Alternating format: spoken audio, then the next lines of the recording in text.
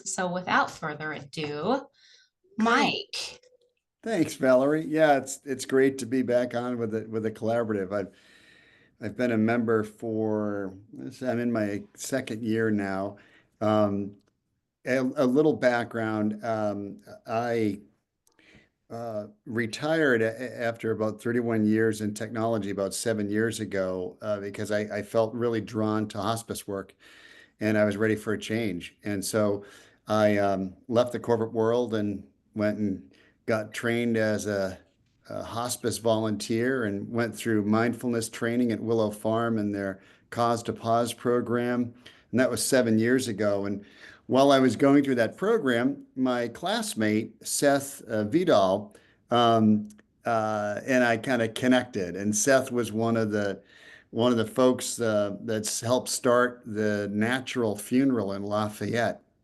And Seth and I just became fast friends through that training course. And I went off and just sort of dedicated my time to hospice volunteer work. And Seth did hospice volunteer work as well, but also helped start the Natural Funeral in Lafayette, which was opened in March of 2019 with the goal of offering natural funeral practices to our community. And he and the other founders felt compelled to have an offering and have a place where people that are more eco-conscious could go to either be served themselves or to have a loved one served at the end of life, but in a natural way, in a way that was much kinder towards Mother Earth. And they really got started with home funerals and natural death care at the funeral home itself. And since the very beginning, we have never done embalming at the natural funeral. All of our natural death care is absent any unnatural treatment. So our services begin with that. We always use natural methods of caring for folks at the end of life. But back to my story real quick. So 7 years goes by. I've served as a hospice volunteer. I went through doula training through Enelda about 3 years ago. Became part of the collaborative. I've had the amazing privilege and good fortune to have served uh, several hundred patients at the end of life. Many of them were MAID patients. I've served in a variety of capacities. And I know the umbrella of end-of-life doula services is pretty broad. And my sweet spot, what I enjoy most, is sitting vigil with patients. And I've had some really amazing experiences uh, companioning folks as they transition. It's been really wonderful. But towards the middle, the end of last year, Seth approached me and said, Mike, we've got our terramation process that's growing in popularity. In fact, we've got a new design for our terramation vessel that we're working on that we think can make it available to any funeral home that wants to do terramation themselves. And for those of you that don't know, terramation is uh, a, a a term that also refers to what's known by law is natural reduction or natural organic reduction, which transforms human remains into soil. And I'll explain how all that works in a minute. But so Seth said, "Hey, Mike, we've got a chance to really grow the business and get Terramation out across the country to serve many communities, and we'll do that by having a system that we can empower other funeral homes or crematory operators or even cemetery operators to use themselves." And he said, "But." I need some help growing the business because we just need some more business experience. So I joined the Natural Funeral in January of this year as the CEO, and it's been an amazing ride. And we've got, just today we had inquiries from Utah and Missouri and Rhode Island, in several states that are either where natural organic reduction is legal or it's in legislative consideration.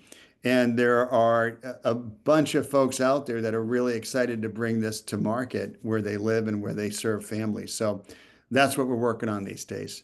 But tonight I'm here, thanks to the invitation of Valerie, to walk through what are the green funeral options, what's available. And I'll share a story with you. A year ago, this past October, I was serving a gentleman in his 50s as an end of life doula for him. His daughter had called me, and I went and visited him in Arvada. And he, as I was getting to know him, he was getting to know me. I was kind of exploring what his wishes were for the end of life. He had just been diagnosed with pancreatic cancer, and they were giving him 1 to 2 months. He ended up dying 12 days later.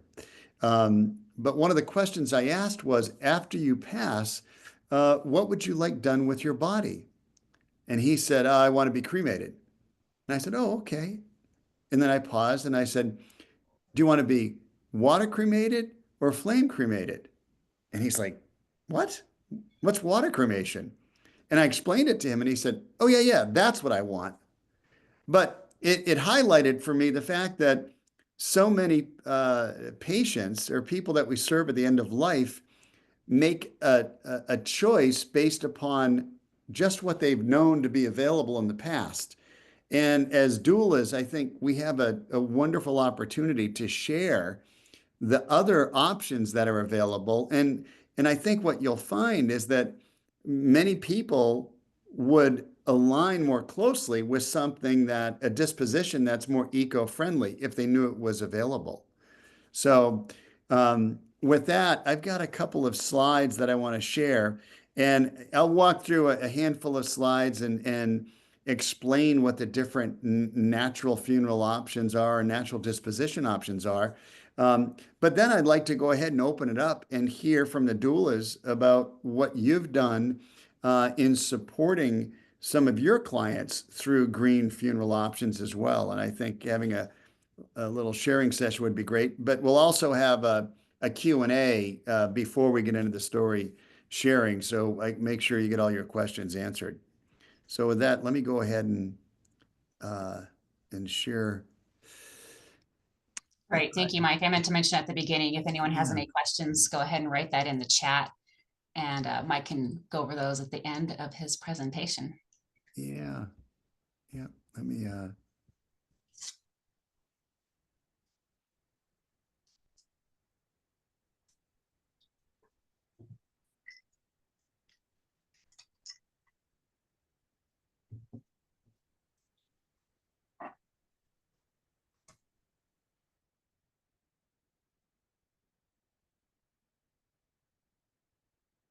do you see the slide now, Valerie?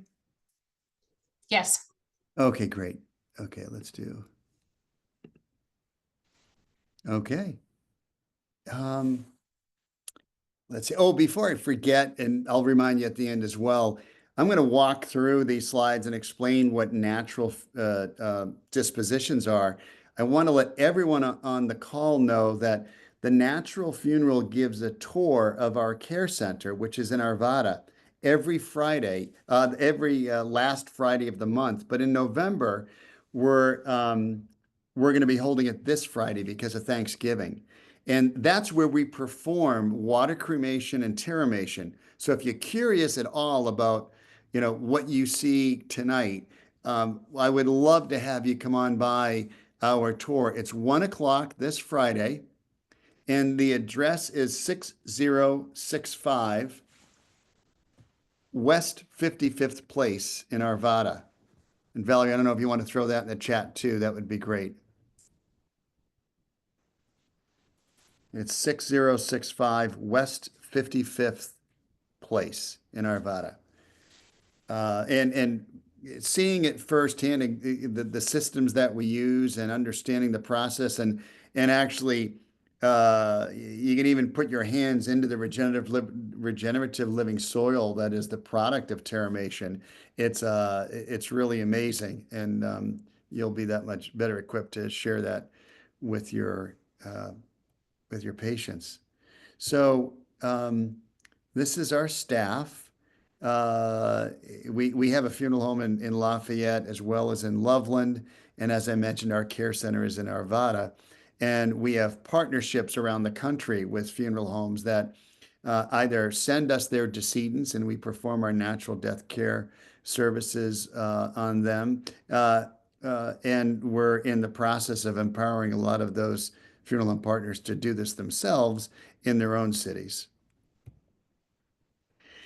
I thought I'd start with a survey because it's telling in terms of the likely mindset of the patients that you all serve.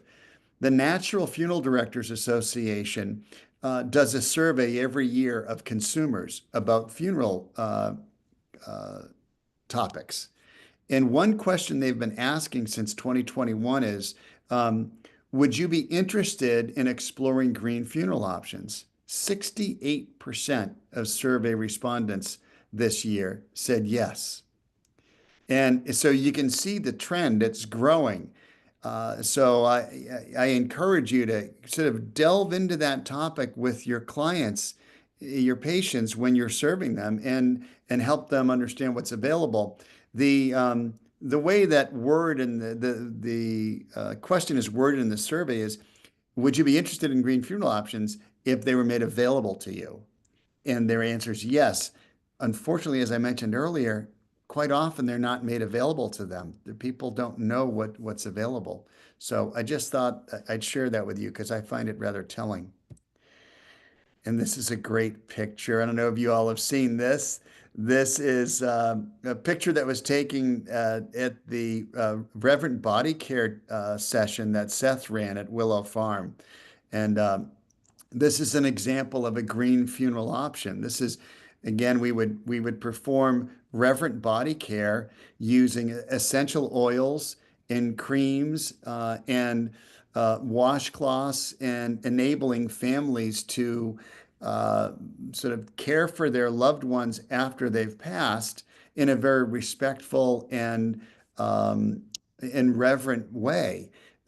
We do this at the Natural Funeral quite often, but I know many of you are now equipped to do that in home as you're serving a patient. So this is one way you can apply holistic and green funeral practices, even separate from a disposition, just in the care for the body. And it's a wonderful way to bring family and friends into that intimate setting, and to maybe gently wash the feet of their loved one, and speak about where these feet have walked. And, as you're washing their hands, very gently talking about how, these hands have done such wonderful work in their lives, and how they've touched the people in the room. And it really opens the door for a lot of sharing and connection in the presence of this loved one. I've had so many beautiful experiences watching family members that initially start being reluctant and staying to the side, and then when they see that it's okay to touch mom's hand, they'll hold mom's hand for 20 minutes as they talk, and it really kind of cracks open that shell that may exist by sort of traditions that lead us to think it's not okay to get near a dead body. That's a picture of our chapel. We don't usually have the willow carrier on the table, but that's where a decedent may lie when we're doing reverent body care. This was an interesting chart that I thought I'd share with you as we compare green funeral options and disposition options to traditional approaches. Conventional, you can see the emissions, the CO2 emissions per different disposition type. And you can see a conventional burial is the highest, followed very closely by flame cremation. And we're talking in the several hundreds of pounds of CO2 emitted through one of these traditional methods.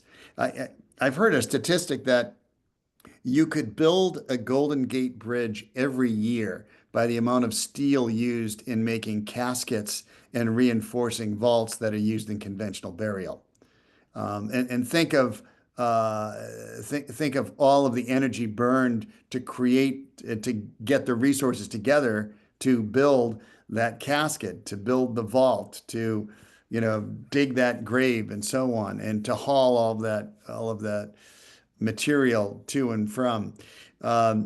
Flame cremation is, I've heard a statistic that it's equivalent to an energy consumption as driving about 500 miles in a car. Alkaline hydrolysis is very close to neutral. Green burial is actually carbon sequestering. And then you can see the benefits of terramation, which sequesters just over a half a ton of carbon per process. So you can see the positive environmental impact of the different green funeral options there. Mike, can you explain green burial real? Yeah, actually, I've got a slide, 2 slides from now. Yeah, Okay, I've got an image. perfect. Thank you. Yeah. So I don't know if you've ever seen a flame retort, but that's what this is. So it's basically a big oven. The decedent goes in a cardboard box, typically. They're rolled in. The retort is cranked up to about 1800 degrees. And when you hear someone say, "I've got my grandmother's ashes up there in the mantle," they're not actually ashes. They're what's left after a flame cremation, which is bone fragments that are then reduced into a powder. And that's what's returned to families as cremains. So it's not actually ash, it's actually bone reduced to powder. But that's a flame retort. And this graphic depicts the difference between a conventional burial and a green burial. So a conventional burial, it's usually about 5 feet deep. And I can attest to this because when I was in high school and college for 7 years during every school vacation, I worked at the cemetery and I hand dug many, many graves. And you go down just not quite 6 feet, but close to it. And then after the grave is dug, most cemeteries require the use of a cement vault. So then a vault gets put in there. The top is left off until after the casket's placed, and then the casket's placed in there. Then they put the top back on, and then they fill the land back in. For most cemeteries, the mandate for a vault is to just make sure the land stays flat, which is kind of crazy. That's a lot of waste to ensure that your mowers will run smoothly right over that. A green burial it requires a less deep or a more shallow grave, usually about 3.5 feet, or no, excuse me, 5.5 feet. It's 3.5 feet, and it can occur in a variety of ways. And I've got some pictures in just a minute here to show you what that can look like. So this is a willow carrier. So it's biodegradable. It's totally natural. There are natural linens that are used here. The decedent is wrapped in a cotton shroud, and then the carrier is placed onto these boards, and then there are handles there. And at the end of a ceremony, individuals will then put straps through these handles and then lower that carrier down into the grave after removing the boards. And that's at the Lions Cemetery where they allow green burial. And if you look here on the left-hand side, we can lower someone down into a grave with straps, and just with them shrouded. We don't even need a willow carrier. So a green burial is using organic materials to envelop the decedent, and you can use an organic tray, or even here on the right-hand side, this is a pine casket. that can be used as well. That's biodegradable. That will break down um, into the elements of the earth. Now, the reality is when you perform a green burial, on average, it will take about 20 years for the body to become one with the soil, with the exception of the bones, because the bones don't break down. Um, and of course, if you're burying someone in Louisiana, where it's much more moist in the ground, the process will be faster. If you bury them in a desert area, it's not going to break down as fast. When we get to the terramation in just a couple of slides, we've honed Mother Nature's process of transforming a human body and human remains into soil from 20 years to 30 days. And I'll explain how that works in just a minute. But before I move on, Valerie, did you have any questions? Does anyone else have a question about green burial? There's one in the chat. Are there any limitations to green burial based on the weight of the decedent? No, no, none whatsoever. And not every cemetery will support a green burial. You have to ask around. We know that Lion Cemetery is very welcoming of green burials, and I think we've buried probably north of 60 decedents in green burial settings in Lion Cemetery. There's also the Colorado Burial Preserve. Um, there's a variety of places around the state, but you have to inquire with a cemetery to see if they accept green burials. I believe Seven Stones does as well. Seven Stones Botanic does, Gardens. absolutely, yeah. And if you've never been to Seven Stones, you have to go.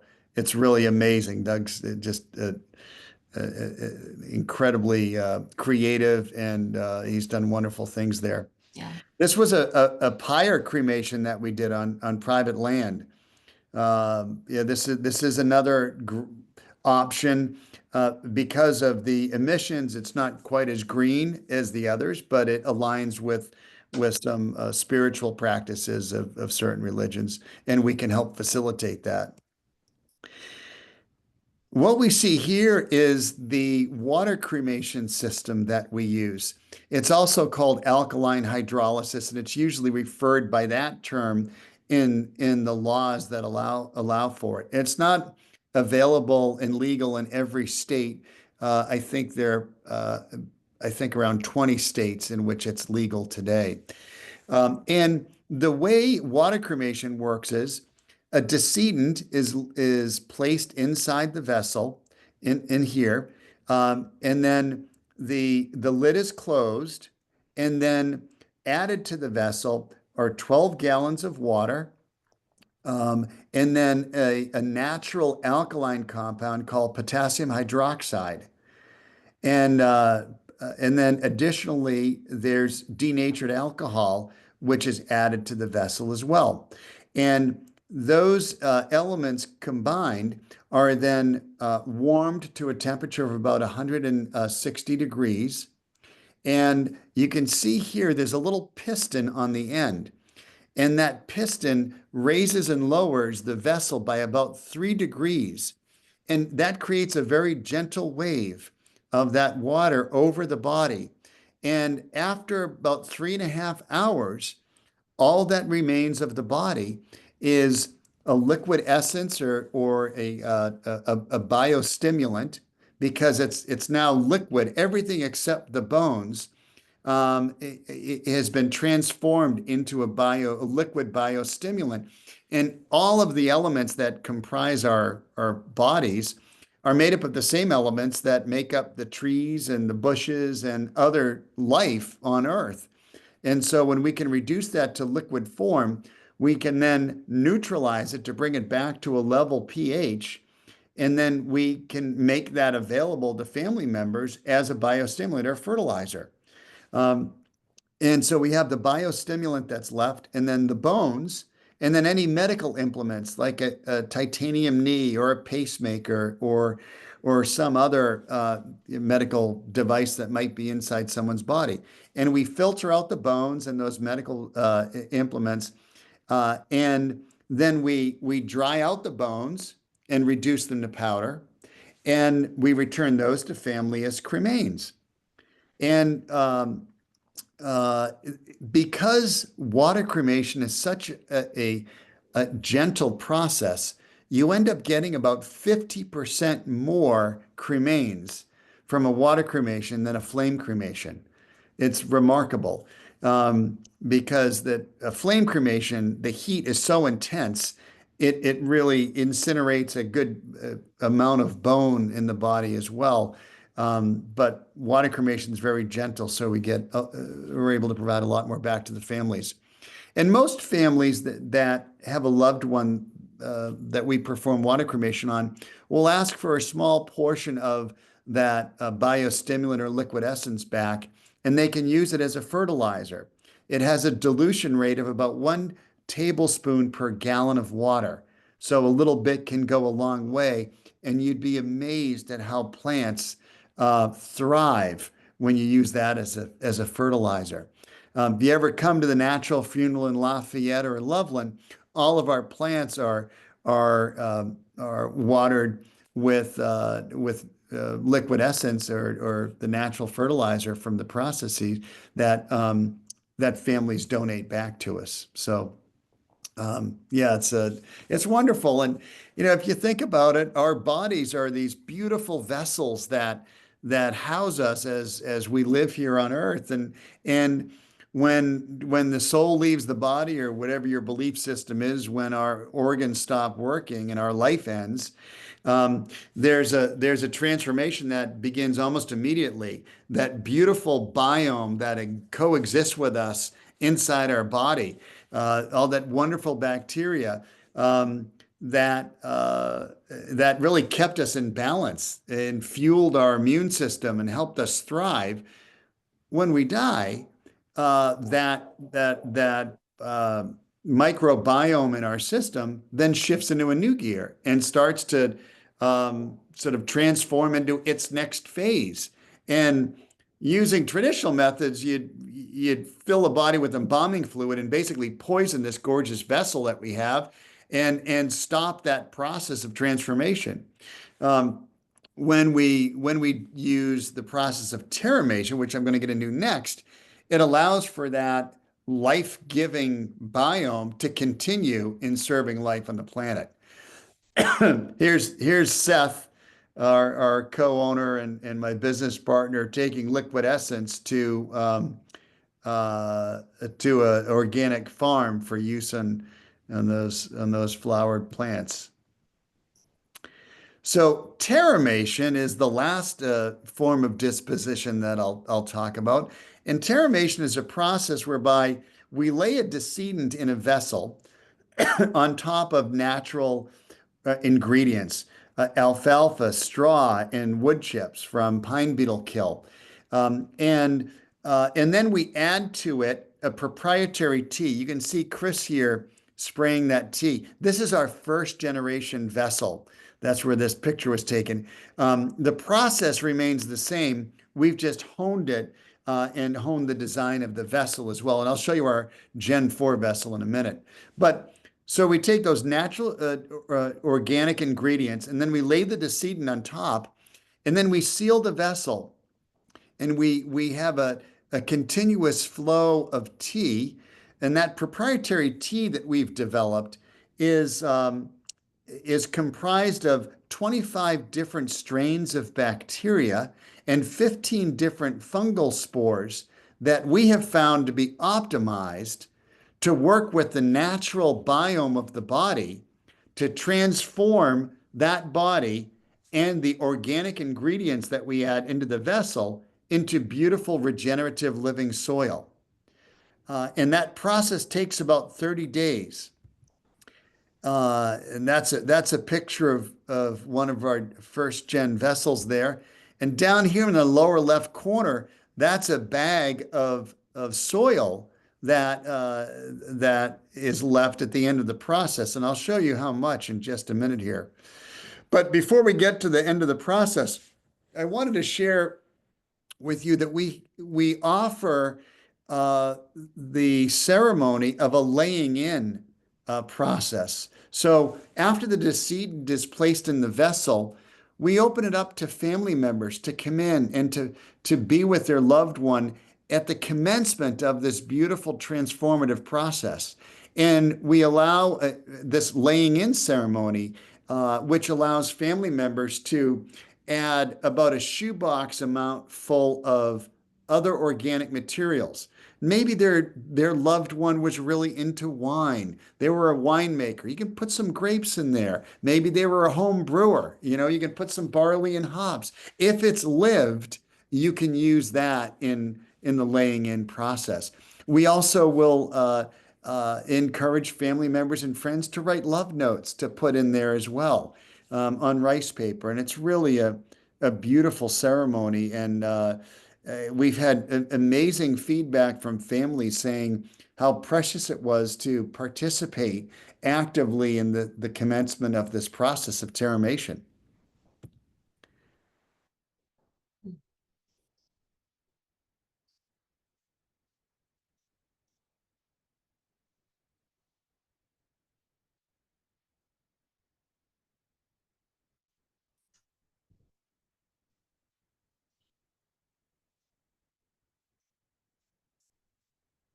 I'm thinking Mike froze. Yes, he did. Can everyone else hear me? Christina? Yes, I can see and hear you. Yeah, Okay. I can see and hear too. Okay. Well, what a beautiful process to see. I think Mike got off and he's probably going to be jumping back on.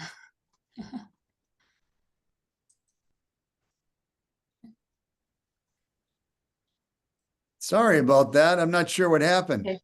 Yeah, you're back. Welcome back. Okay. I was I'm not like, sure how what am I happened going to there. make stuff up to finish this talk? Can you see my slides again now? Yes. Okay, yes. great. Yeah, so this was a laying in that we did under a willow tree up at Willow Farm. And there are so many ways to get creative to serve the needs of families and the desires of families. So, and then you have the laying out process. So this is the example of this to the left is a mother and her daughter. The mother lost her husband, and they live in Arvada. And the city of Arvada has a tree planting service.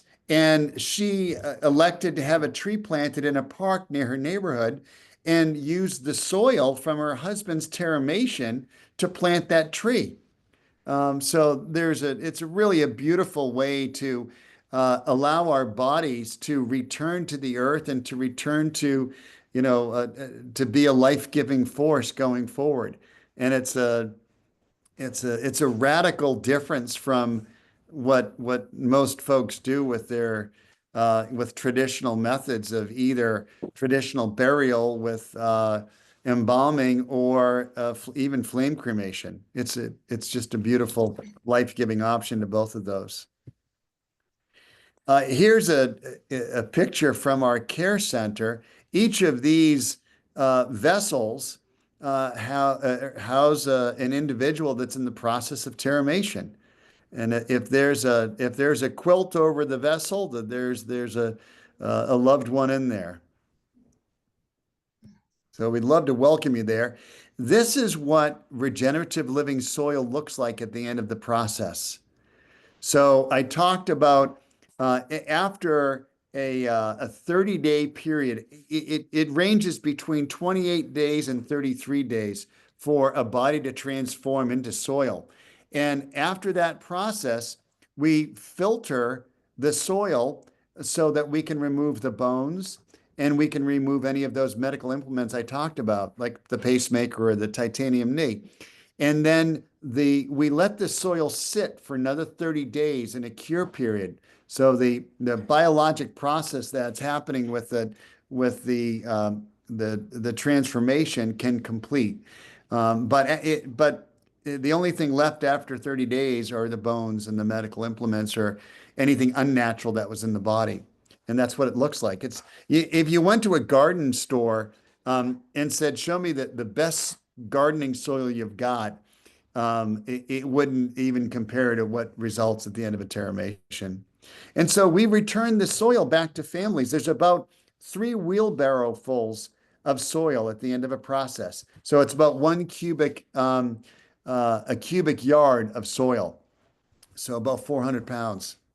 And there's one of our founders, Dan, with 2 bags of that soil in his hands there.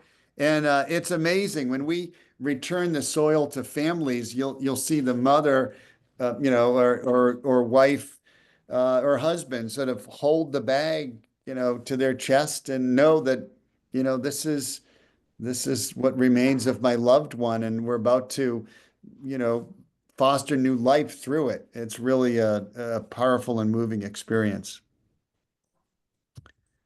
And this here is a picture of our current 4th generation vessel. So that's the vessel in which the terramation occurs. It's tough to see, but on the ends, you'll see metal wheels that we use to rotate the vessel.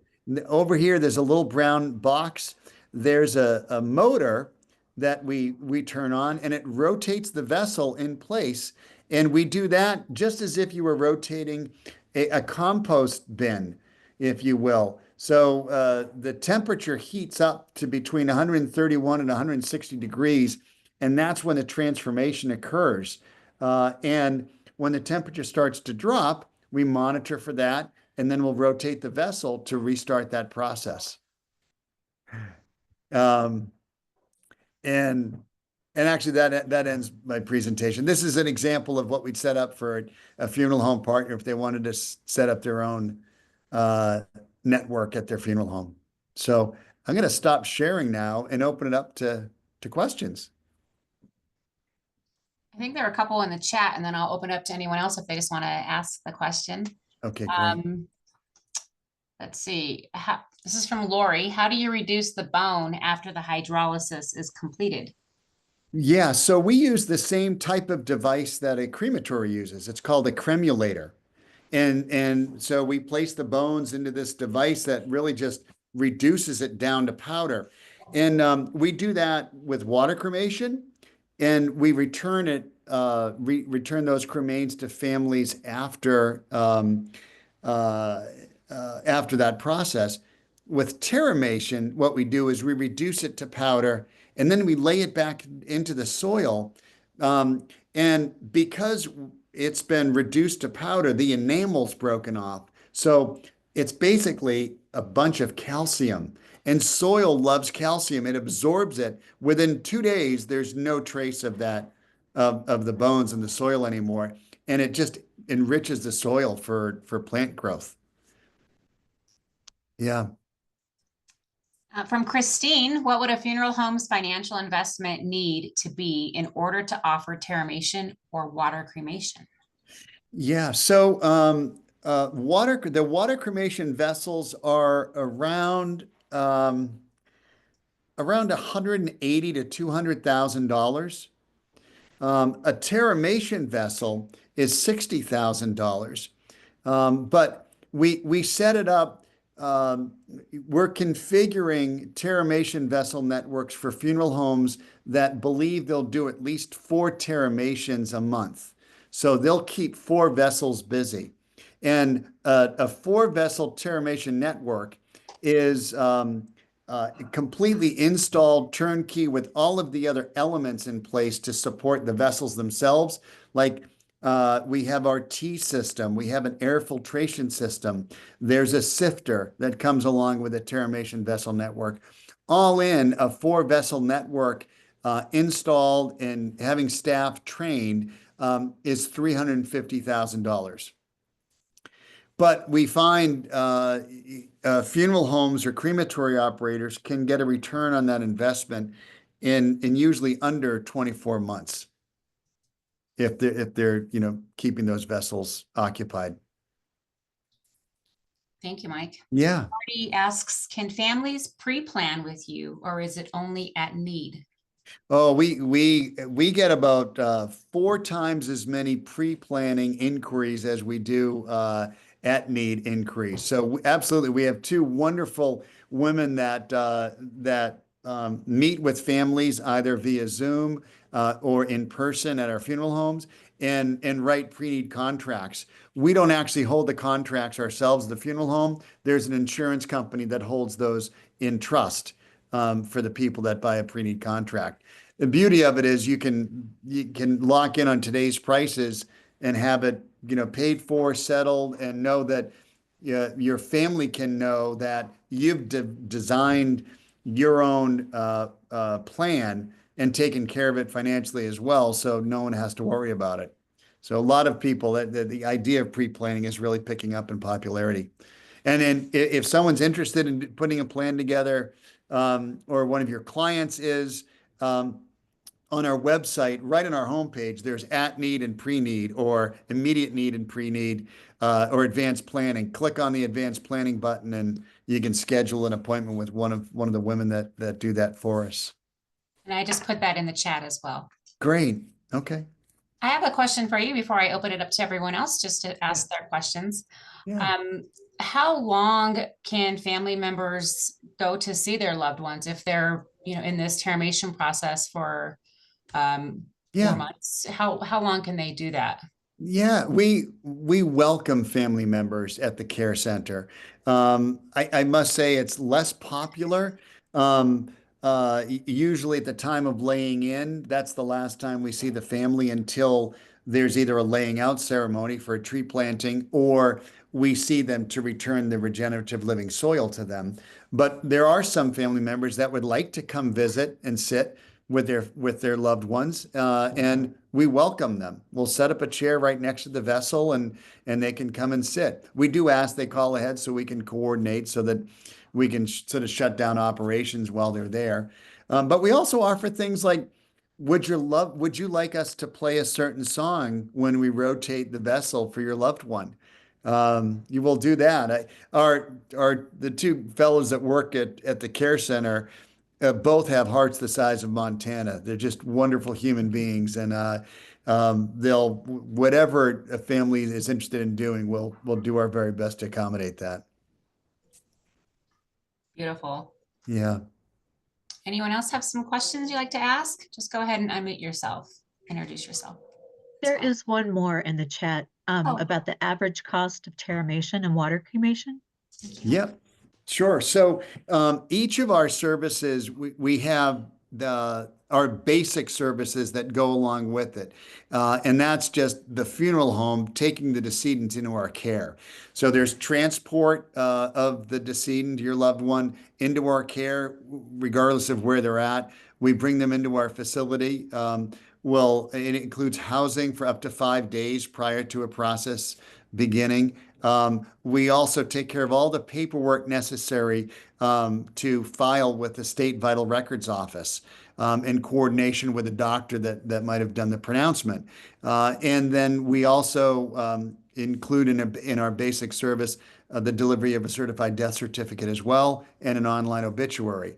Those basic services, coupled with the disposition itself, for water cremation is $4,400, and for terramation, it's $8,900. Terramation is obviously a much more labor-intensive, process. So, and they're the organics that go in there as well. So it's going to be more expensive. But both are wonderful green options, and for those folks that are more financially sensitive, water cremation is a great option for them. Yeah, I will also say that while we don't perform flame cremations ourselves, we do honor those families that want a flame cremation, and we partner with a crematory in Denver to do that. But for every flame cremation that we perform, we also make a donation that plants 50 trees to try and counter the ecological impact of the flame cremation process. Yes. I also have a couple. I just wanted to ask: is there any circumstance in which a body would not be appropriate for these services, like if they had an infectious disease or Yes. If there's a rare infectious disease like mad cow disease or uh, I think MRSA may fall into that as well. It's extremely rare. There's also the situation where if someone has had sort of a radioactive seed treatment, Oh, yeah, or yeah. like prostate cancer, we cannot begin the termination process until after 30 days from that treatment, which is extremely, we've never had it happen, but the law stipulates that. The reality is that type of treatment is usually attempted to forestall the expansion of cancer in the body. And so it's extremely unlikely that we would take someone into our care that has had the seeds implanted within the last 30 days, Mm, right? Unless there was a traumatic death, but okay. we have yet to have that happen. We've done well north of 100 terminations and never had it happen. So yeah, good question though. I have one more. Yeah, go for it. Yeah. When it comes to travel, like especially with the Terramation, I mean, that's a lot of content. If somebody wanted to be taken home to be buried in another state, something Yeah. like that, are there any limitations? Like, I know that you have to check in with TSA if you're bringing remains to let them know that that's being transported. But have you found any barriers with folks that want to be buried elsewhere? You mean to have the soil used elsewhere Yeah, or I mean, or the alkaline or a hydrolysis, green? like Well, transporting it to take it, on a plane or yeah, well, everyone receives a certificate from us, regardless of the disposition, and it states that they have received the remains of their loved one. And whether okay. that's soil, whether it's cremains from a water cremation and liquid essence, or cremains from a flame cremation, you get a medallion which aligns with the individual and it was kept with them the entire time they were in our care. So it shows chain of Mm, custody right up to and including the remains. And the certificate indicates what it is that these folks are taking with them. okay. Yeah, in terms of a large amount of soil, we had Mm, a family that just got their soil returned. I think it was like 2 weeks ago after termination, and they were driving to Rochester, New York, to plant it mm, on the family farm, to lay the soil on the family farm. They're going to plant a tree. yeah, yeah, Yeah, that sounds so lovely. people find a way. Yeah. Yeah. We also have this wonderful option for cremains, and it's called memorial stones. I don't know if you've seen it, but if you go to our website and you select cremation, our cremation service, you'll see a picture of these white stones. They're really beautiful, and you get between 40 and 60 stones. Mm, And the cremains are combined with a small amount of ceramic, and it makes these small stones. And that I my sister passed away this summer, and I was visiting her before she passed, and I took a work call while I was there, and I'm in the other room, and I was explaining memorial stones to someone who was interested, and they ended up buying them. And I went back into the other room, and my brother-in-law said, "What were you talking about?" And I explained to him these memorial stones, and I showed him a picture of it. And my sister said, "That's what I want done for me." mm, And I want my cousin Danny to take some of the stones out to Monomoy Island, which is a little island off of Cape Cod, and I want you to mm, leave some there, and I want others to go up to Noon Hill, and it makes cremains more usable, if you will, and mm. available for different memorials than a box of powder. You Right, know, right. yeah, it's really beautiful. Mm. Thank you. Yeah, Thank you. you're welcome. Anything else? Anyone else have some questions for Mike?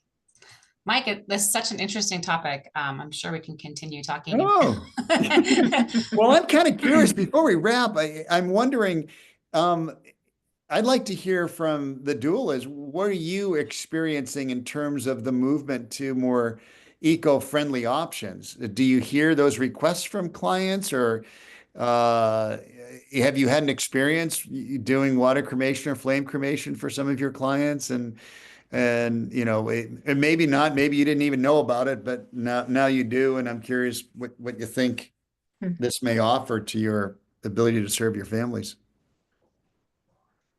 I mean, isn't, I'll go. Yeah, thanks, Um, Amy. um, so I have found a lot of clients, first of all, don't have any idea Yeah, about any kind of disposition other than traditional burial or fire cremation. yeah, So most people do not know. It's very rare. yeah, I think on the periphery, maybe some natural burial, but so yeah, you kind of blow some minds when you ask the question, do you want yeah, flame or water cremation? And people are like, what are you talking about, water cremation, that's even available? yeah, So yeah, that's super, and they lean towards that when you start talking about it and just kind of the gentle process. yeah, Uh, so I think that people are super open and interested in it, and have changed, what they would like to do. And I actually just, have had some people write it into their wills, even though like yeah, legally. So it's just a really beautiful thing to witness and to be able yeah, to provide and educate, and provide that information. So I think that's super special.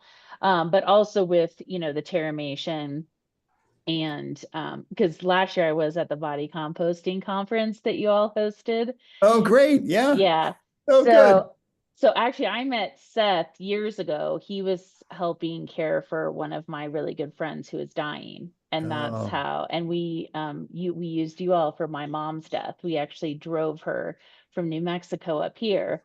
wow, And okay, so and we did the Reverend Body Care, and uh-huh, so I have referred a lot of people like your oh, direction, just because it's, you all have the largest hearts and just are yeah, so welcoming and caring. So oh, so that's thanks, super Amy, special. yeah, And but yeah, so I do find that um people are just really open to different ways. And I think it's so special that, especially here in Colorado, with yeah, all the beautiful things and that we have going on here. So yeah, yeah. I'm very grateful. Oh, well, thanks for sharing and thanks for your support. That's wonderful. I'm glad we could serve you and your mom. Yeah, Yes, thank you. good. Hey, Mike. Hey, Lori. Hey, so are you up for driving out to Grand Junction at some point, maybe in the spring? Yeah, I'll make a trip to the Western Slope, sure. Well, What I'm do you just have in thinking, mind? well, we had a medical doctor from Denver Yeah, come, Dr. Morris, come and talk about MAID and those processes last year, I think it was early this yeah. year or last year sometime. And I remember walking away from there going, I want more information about green burial. Ah, okay. And I don't think I'm alone. So Yeah, maybe we'll stay in touch. Maybe we can okay, coordinate, some sort of a presentation in the spring. sure. And one thing I've already done is I've sent out an email to a gentleman I know that is manager of one of our local funeral homes, Uh-huh. just posing the question, do we even have any cemeteries in our community that accept green burial? Yeah, it's a So good I question. Yeah, have not heard back from him yet. I posed that while we've been on the call. So okay. let's stay in touch after the Yeah, holidays. absolutely. on And it. if you discover a green oriented funeral out there in the Western Slope that might be interested in being the Western Slope provider of Terramation, we'd love to empower them to do so. You bet. Yeah, Makes really good sense. Yeah, great. Thank you, Lori. Well, you're welcome. Thank Yeah, you. It's been course. really interesting. Good, good. Come on. All right. Well, before we wrap up again, I don't know if everyone was on the call at the very beginning, but we've got a tour of our care center in Arvada this Friday at 1 o'clock. So come on down. We'd love to see you. Or if you've got a client family that is interested, or anyone else that you think might be interested, it's really it's a wonderful tour. It starts at 1 o'clock sharp, and you get to see water cremation and terramation and how it works, and to see the beautiful soil that is the product of the terramation process. So, yeah. All right, Valerie, thanks much, so Mike. much. Thanks so much for inviting me to do this tonight. I hope it was valuable for you all. And if you have any questions, yeah, I'm Mike at thenaturalfuneral.com. So reach out anytime. And yeah, thank you all.